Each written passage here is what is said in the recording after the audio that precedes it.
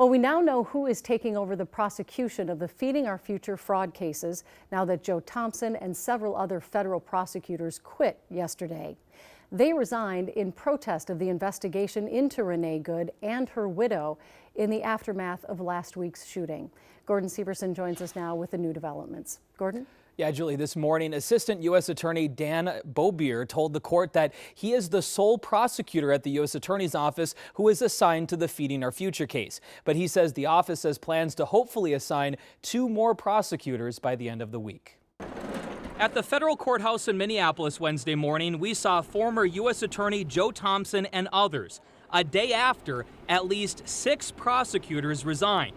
Thompson was front and center of the Feeding Our Future case and many other fraud investigations. But standing next to him at press conferences, you can see Assistant U.S. Attorney Dan Beaubier, who told the court Wednesday morning that he is the only prosecutor currently assigned to Feeding Our Future.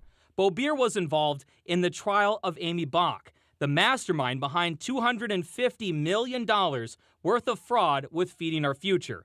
And Beaubier has been heavily involved with housing stabilization fraud cases.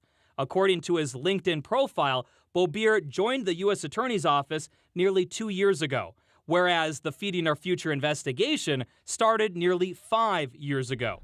Wednesday morning, Beaubier was the only person in the courtroom from the U.S. Attorney's Office as he went up against 7 defense attorneys, each representing a client accused of fraud in the case.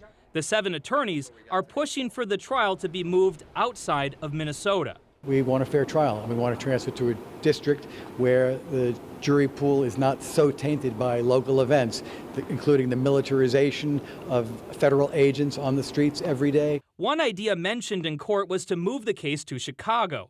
Beaubier argues the trial should stay here, saying many other high-profile cases, including the trial of Derek Chauvin, were tried locally despite intense public interest.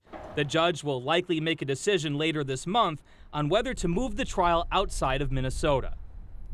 Now, in court today, defense attorneys also mentioned that their defendants are afraid of ICE agents in the Twin Cities, and they wanted to have more paperwork to prove that they are U.S. citizens. These defendants are not allowed to have U.S. passports due to concerns that they might try to leave the country. But today, the judge agreed to let the defendants carry photocopies of passports in case they are ever approached by federal agents. Wow, interesting updates. Thank you, Gordon.